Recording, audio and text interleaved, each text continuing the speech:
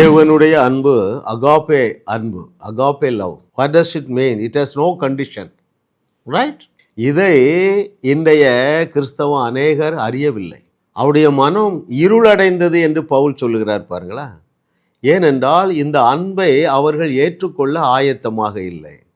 கிருபையை, தேவ கிருபையை அவர்கள் ஏற்றுக்கொள்ள ஆயத்தமாக இல்லை. அவர்களுக்கு அவருடைய மனது எப்படி இருக்கு? விழுந்து போன நிலையில இருக்கு. அப்படி என்றால் என்ன பொருள்? விழுந்து போன மனம் என்றால் என்னவென்று சொல்லட்டுமா? அவர்கள் சத்தியத்திற்கு கதவை அடைத்து விட்டார்கள். உதாரணத்துக்கு பாருங்களேன், தேவ கிருபையை சத்தியத்தின்படி அவர்கள் அறியவில்லை. தங்களுக்கு எல்லாம் தெரியும் என்று சொல்லி மனதை க்ளோஸ் பண்ணி வச்சிருக்கிறாங்க. அவர்களோடு தேவனுடைய ஆவியானோர் உறவு கொள்ள முடியவில்லை. புதிய புதிய வெளிப்பாடுகளை கொடுக்க முடியவில்லை. ஏன்? அவங்களுடைய மனநிலை எப்படி இருக்கு? எனக்கு எல்லாம் தெரியும், நான் இந்த சபையை சேர்ந்தவன், எங்கள் பாஸ்டர் சர்ச்சுக்கு 1000 பேர் வராங்க, 10,000 பேர் வராங்க. மனம் இருளடைந்து விட்டது. அவருடைய மனம் என்ன சொல்லுகிறது தெரியுமா? உனக்கு எல்லாம் தெரியும், இதுக்கு மேலே தெரிய வேண்டியது வேதத்தில் இல்லை என்கிற பொய்யை நம்புகிறார்கள். நாம் யாவருக்கும் தெரியும் பாருங்கள், அப்போஸ்தலனாகிய பவுல் பெற்றது போல வெளிப்பாடை யாருமே பெற முடியாது. அவ்வளவு ரெவலேஷன்ஸ். அவனே என்ன சொல்கிறான்? அடைந்தாயிற்று என்கிற மனநிலைக்கு வரல, நான் இன்னும் கற்றுக்கொள்ள வேண்டியது ஏராளம் இருக்குங்கிறான். மனதை திறங்கள் அருமையானவர்களே. உங்களுடைய தோல்விகளிலிருந்து நீங்கள் வெளியே வருவீர்கள். நீங்கள் புரிந்து வைத்திருப்பது தவறு என்று நீங்கள் அறிந்து கொள்ளுவீர்கள். இன்னும் அநேகர் ஊழியர்கள் இருக்கிறாங்க, நான் சொல்கிறது தான் கரெக்டு, நியாயப்பிரமாணம் தான் கரெக்டு, ரைட்?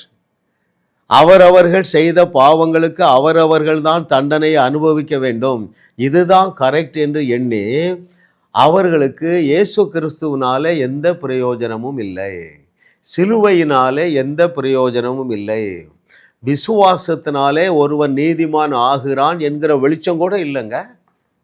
தங்களுடைய ஜெபம், தங்களுடைய உழைப்பு, தங்களுடைய பரிசுத்தம், தங்களுடைய பக்தியினாலே பரிசுத்தம் அடைய முடியும் என்றால் தேவன் தம்முடைய குமாரனை சிலுவைக்கு அனுப்பியிருப்பார். அந்த ஒரு கேள்விக்கு நீங்கள் பதிலை கண்டுபிடிச்சு பாருங்களேன். எந்த கேள்விக்கு? மனிதனுடைய முயற்சினாலே அல்லது நியாய பிரமாணத்துக்கு கீழ்ப்படுகிறதுனாலே, விருத்த சேதனம் பண்ணுகிறதுனாலே ஒருவன் நீதிமான் ஆக முடியும் என்றால் சிலுவையே தேவையில்லை. இன்னைக்கு அநேகர் சிலுவைக்கு பகைஞராக இருக்கிறார்கள், அல்லது சிலுவை அவர்களுக்கு பிரயோஜனப்படவில்லை. ஏன்? சுய பிரயாசத்திலே ஓடுகிறார்கள். நானும் 1/4 நூற்றாண்டை வீணாக்கி விட்டேன். ரட்சிக்கப்பட்ட முதல் 25 ஆண்டுகள் நான் சுய நீதியை தான் நம்பிட்டு இருந்தேன். எப்படியாவது போராடி தேவனுடைய இருதயத்தில் இடம் பிடிக்க வேண்டும் என்று சொல்லி. I thank God for Paul. 21வது நூற்றாண்டின் பால் யாரு? ஆண்ட்ரூ ஓமக் வந்தார் பாருங்க. உலகத்தில் 40 தேசங்களில் அவருடைய வேதாகம கல்லூரி, காரிஸ் பைபிள் காலேஜ் நடந்து கொண்டு இருக்கிறது.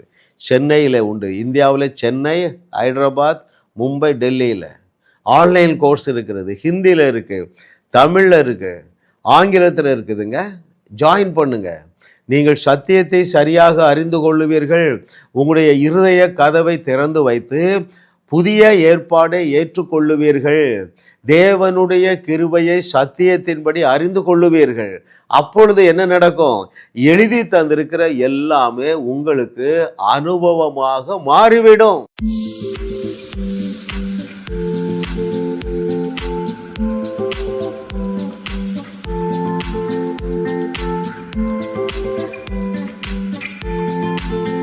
ஜாஸ் மினிஸ்ட்ரீஸ் யூடியூப் சேனலில் தொடர்ந்து செய்திகளை கேளுங்கள், சப்ஸ்கிரைப் செய்யுங்கள், வீடியோக்களை லைக் செய்து பலரோடும் பகிர்ந்து கொள்ளுங்கள். அவர்களும் ஆசீர்வதிக்கப்படட்டும்.